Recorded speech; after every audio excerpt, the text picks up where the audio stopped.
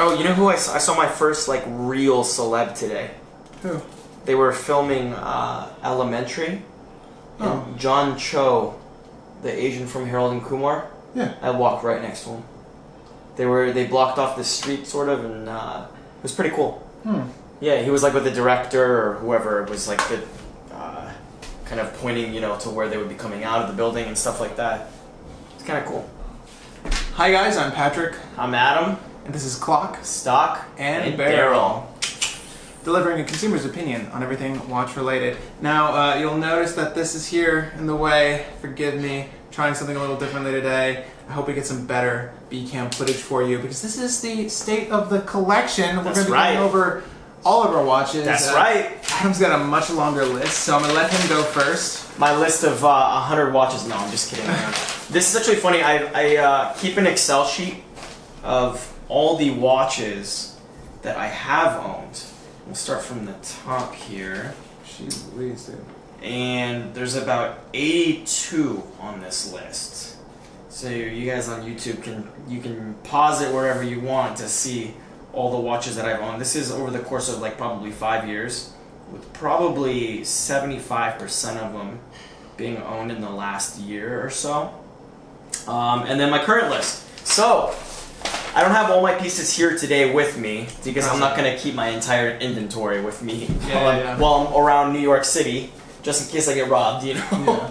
But I guess we'll kind of start off with the watches that I didn't bring, and then you can put up some screenshots so we can a handful roll of for them. the the ones that are memorable to you. Yeah, I mean some of the ones you guys have seen already. We've done videos on them. If I don't put up an image of one that he mentions of those 82, just do yourself a favor and look it up. Yeah, it's probably I can't source that many images. So the one watch that I really enjoy that I don't have with me here today is the Stoa. Yeah. The 40mm Flieger that we just did a video on. And that was our, we just recently put that video out. Yeah, just a week ago. I guess we'll technically be there's gonna once be, they see this. That's tragic. Yeah, so that's I have that. There's nothing really to say about that. You guys can watch the whole video on that. I picked that up pretty recently. My 36mm Explorer 1, which is the 14270. Yeah. Have that. That's birth year, first Rolex ever. Don't have that with me today. So I have the Rolex Submariner, which is the 14060. You guys have seen videos on that too, with our new vintage video and the Speedy versus the Sub. Yeah, so twice. You would have seen it twice by now. I'm going to see it again right now. Yeah, there it is. Oh, that's right. What? He did bring this. I did. I forgot I did bring. He did bring. So I have that on a World War II leather strap, actually. What? That was a piece of I don't know. It was like a leather pouch from World War II on Etsy, and I picked that up, and the girl, she made the strap out of. No kidding. So pretty cool, right? That's why I like it so much. Yeah. I can tell I have that World War II quality. Yeah. So I have that. Other ones I don't have with me today are the Speedy, the 3590 from 1992. That was put up head to head against the Subby. I have a Seiko Patty, which is sale pending right now. So that's, you guys have seen that. You know the Patty well, Patty Turtle. The Loomtech, which I have currently on eBay. If you guys are interested in my Loomtech M75, give us a shout. Same one we reviewed. Yeah, give us a shout on Instagram or on via our email if you guys want a private sale that way. I have a Seiko Solar SSC 021. You still do? Yeah, I still have it. I'm trying to sell that as well. That's the all black with the yellow accents. So if you guys want that, I'm also selling that. That's like brand new pretty much. Worn that like once or twice. Let's see. I have a what else do we have? I have two G-Shocks that I don't have with me. One 5600 and one the standard big face. Let's see. I have a Nomos, the Nomos Orion, which a lot of you guys know about already. The Tudor two-tone, which is also sale pending. Yeah, you just picked this up though. Yeah, I just picked that up. It's actually a beautiful example. Just kind of found that on eBay. It was really cool. The case back, it was given to someone for 25 years of service at IBM. So pick that up, but I'm already selling it to a fellow watch enthusiast. Sale pending in one of our Facebook groups that we frequent. You're not planning on keeping this one though? Not really? No, probably gonna be. And it came on a bracelet. I have it on leather right now. Just wore it like once or twice. So I have that. I have the Oris Aquis here. Lordy, I'm going to show that off. I know. 17 watches total that I'm going through my current list, guys. But yeah, a lot of them sale currently own. Currently own, yes. There's that. Let's see if we can get a shot of that. That gradient blue dial. That is also for sale. So if you guys are looking for an Oris on a rubber, minty, which is little scratches on the buckle, but other than that, the case is flawless. Running Cossack specs. Shoot me an email on that one as well.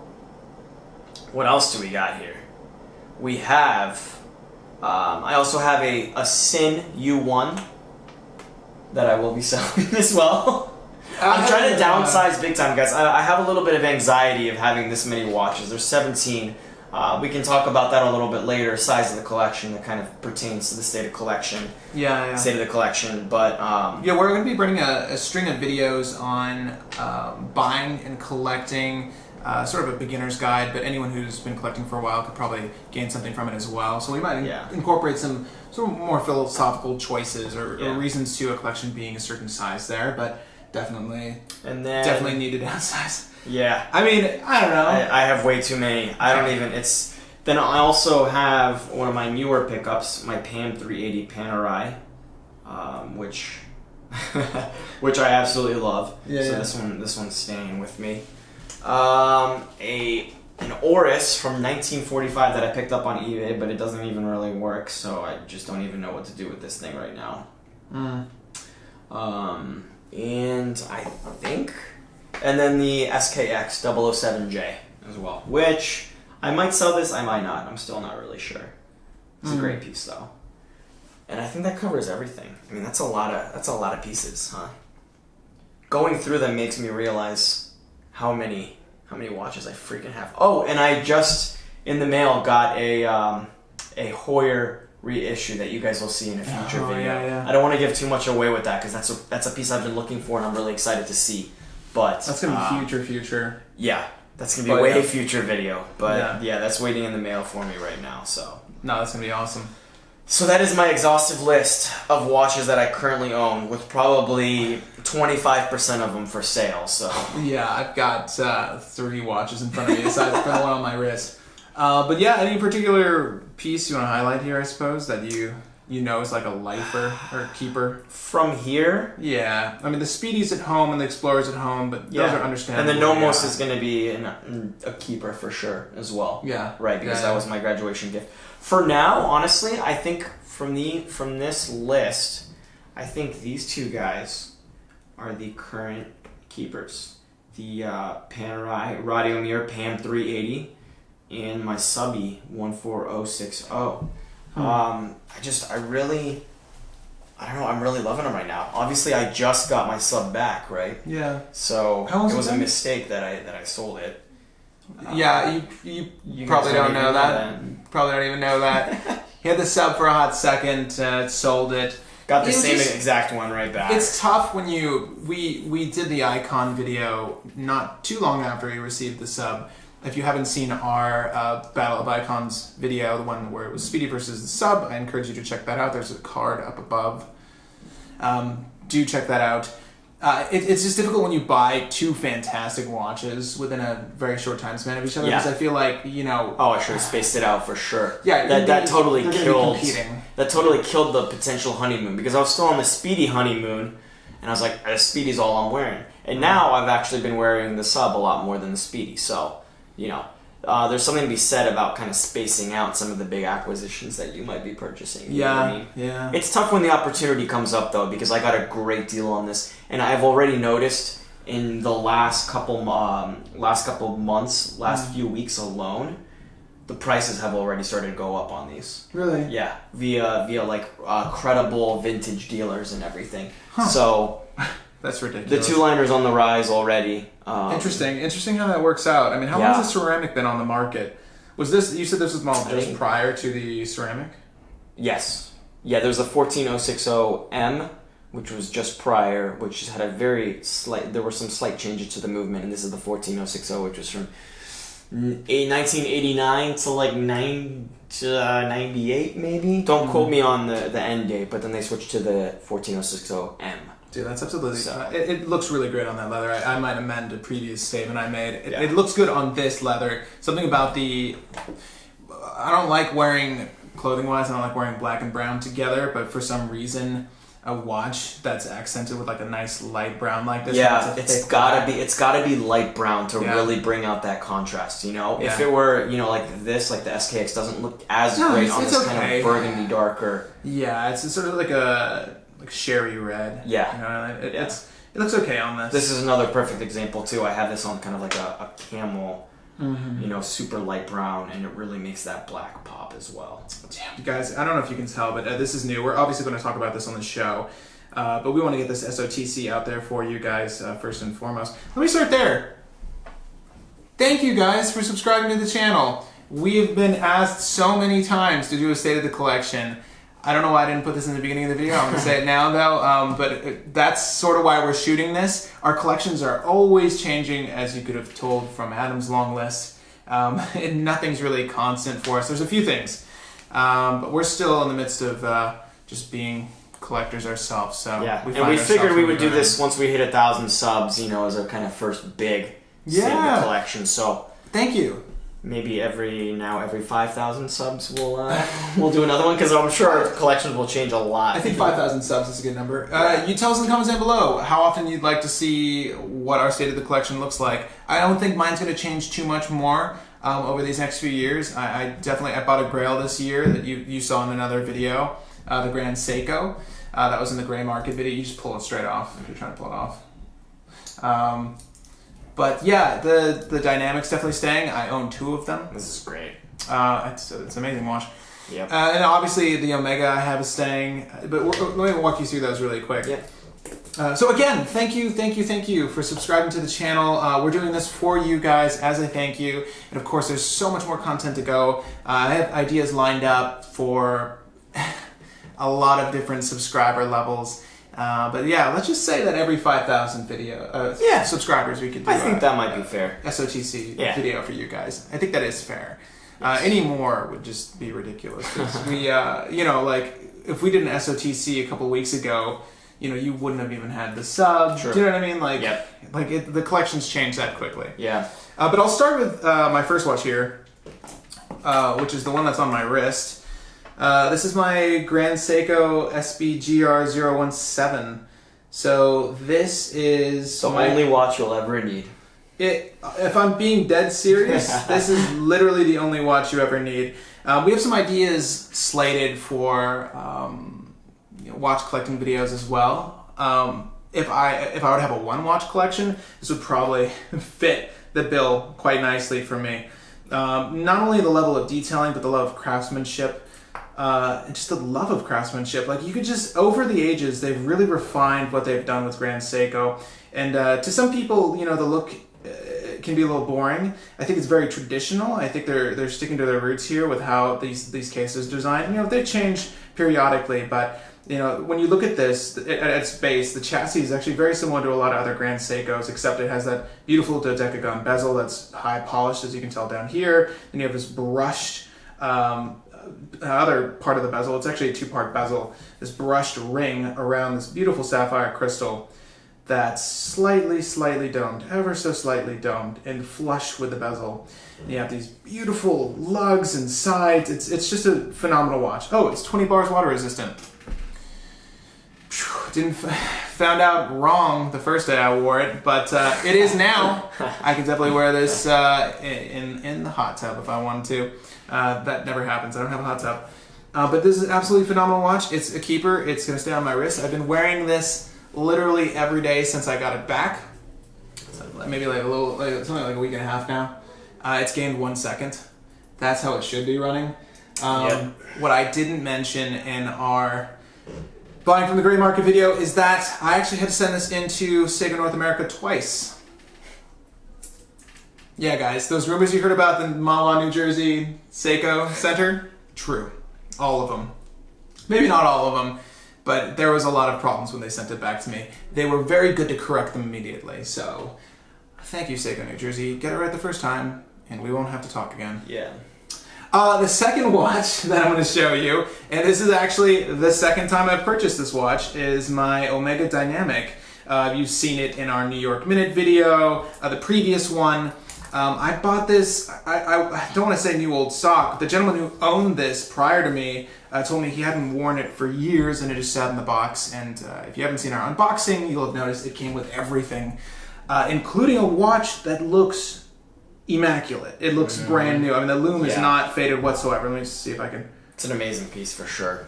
Yeah, and it's an amazing condition. It's amazing working condition. The bracelet's fantastic, solid end links. The clasp, you know, it does the job. It's great. It's flush against the wrist. It's perfectly crafted. It's another one of those watches where I feel like I honestly don't need another chronograph. If I was looking for a chronograph, probably don't need one because this one covers, you know, that chronograph really does very, very well. It's a 38 millimeter chronograph. Like you can't go wrong with that. 38.5, maybe 38. Yeah, roughly. Perfect size for a little. Yeah. Oh, by the way, the Grand Seiko is also, this is 38.5, the width of it. So the next watch I have, I only have 4 watches in my collection technically right now. The ones you're not going to see are the Timex Waterbury and a G-Shock I own. I also own a Timex that I got for like $5. It's like a little digital watch. It hasn't failed me yet. I mean, I've been wearing that thing for years. I haven't replaced the battery in it for 3 years. I don't know what the battery's rated for, but that thing's phenomenal.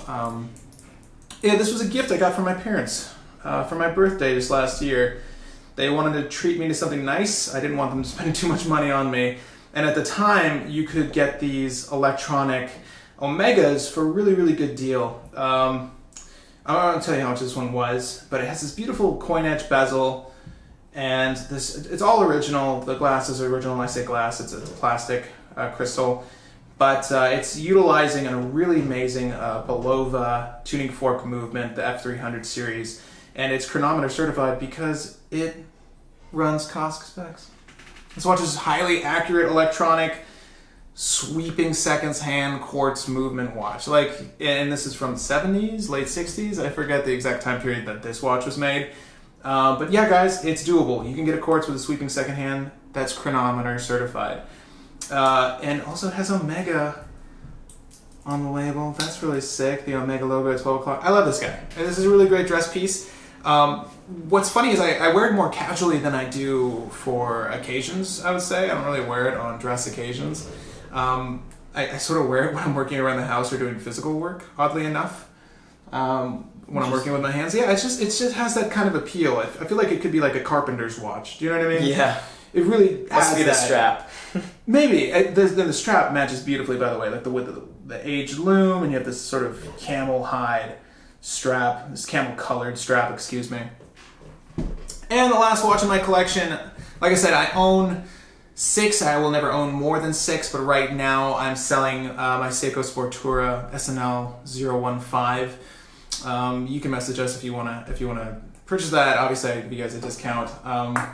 But I've had that watch for a very long time. I absolutely love wearing it. But again, with the dawn of the Omega Dynamic, I just didn't feel like I needed another chronograph, a sports chronograph. Yeah. And it's a very has a very polarizing look to it as well. And I love the aesthetic at first, but there's just a few issues I had with wearing it day to day that I just. Dude, this thing is so fucking awesome. You like no, seriously, this is so I gotta pull this up really quickly while we're talking about this. So it was funny. I was reading an interview by Alfredo Paramico. It was Tide and Tide Watches. He's a huge collector. Sure. And he was talking about his love of vintage watches because of the perfect immaculate proportions that some vintage watches have. And this thing literally is just absolute perfection. Yeah. The 2 registers, the huge pump pushers, like on a 7 1/4 inch wrist, like this just looks so perfect. It really is. The entire time you've been talking now, I've just been like staring at this thing, No, I don't blame you. It's a great watch. I'm so excited to get my Hoyer. It's a little 35 millimeter. Yeah, it's gonna look good, dude. Today, but I just had to throw that in because this is that good, guys. Is it on metal or leather? It's on leather. It's on leather? Yeah. Yeah, I mean, that's why I bought 2 of them. I still have the faded Omega Dynamic. It's so beautiful when it's aged. And I actually like the dial face aged just a little bit more, but I purchased this full well knowing that it was a keeper for me and that I'm going to get to enjoy it aging over time. I mean, my experience with the first one was so good that I had to find it again, but I wanted it on the bracelet, and I wanted all the material as if I bought it from, a certified dealer, or I bought it brand new. I don't know, something about the experience of opening something and seeing everything, like all like the hang tags and like the little advertisements for the watch, and I don't know, it's just something about that is very fulfilling, I suppose, as a collector when you purchase the watch. With a lot of my pieces, I don't care that I have every single bit, like every single piece of paper that came with the box, but the Omega, it felt necessary, oddly enough. A watch that I got, I don't think it came with everything, but it came with most of the stuff. Had a really great display box. You would have seen it in our review of the watch. This is a watch I've worn for a very, very long time. It's actually the oldest watch in my collection now. This is my Oris TT1 in blue. And it has this purple, it's a blue dial, but then it has this purple sheen to it. Maybe you can pick it up there. It's kind of hard to see. But it's an absolutely phenomenal dive watch, and I absolutely love this piece. I have a lot of great memories with this watch. And, I imagine this being a lifer. It's always tough, though. When I go to wear it, I don't know, I've gotten so accustomed to this just being my daily wear that I don't get excited about wearing it anymore, so I've had to put it down for a little while. Yeah. Yeah, no, that makes sense. But sometimes it's just like, it's your old reliable. You know what I mean? Yeah. I remember when I bought my first Swiss watch, it was a Hamilton khaki. My brother has that now. I kept it in the family. I just gave it to him a couple of years ago. But that was one of those watches where I just wore it every day, but I still loved it, And it got a little bit boring, but once you realize it's just kind of your everyday driver, it's kind of okay. I suppose so, man. Like, I don't think the feelings have faded for this watch for me. It's just that I was so accustomed to wearing it almost every day. And it's very, very accurate, highly accurate. Like, it's almost keeping up with the Grand Seiko. Right. Which is really impressive for just having a Salida movement. Right.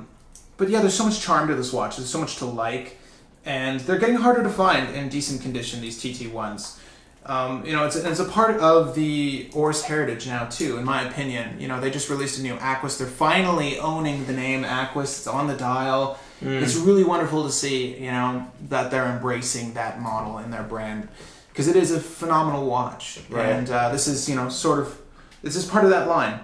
And it's really kooky, that wave dial, those bullet hour markings. But I absolutely love it, A lot. Yeah, so it's gonna stay. It's gonna stay for a long while. Anyway, guys, that's it, huh? That's the state of our collection currently. We have a lot of watches here. I have 4 right now. I have another one coming in. I actually might have 2 watches coming in.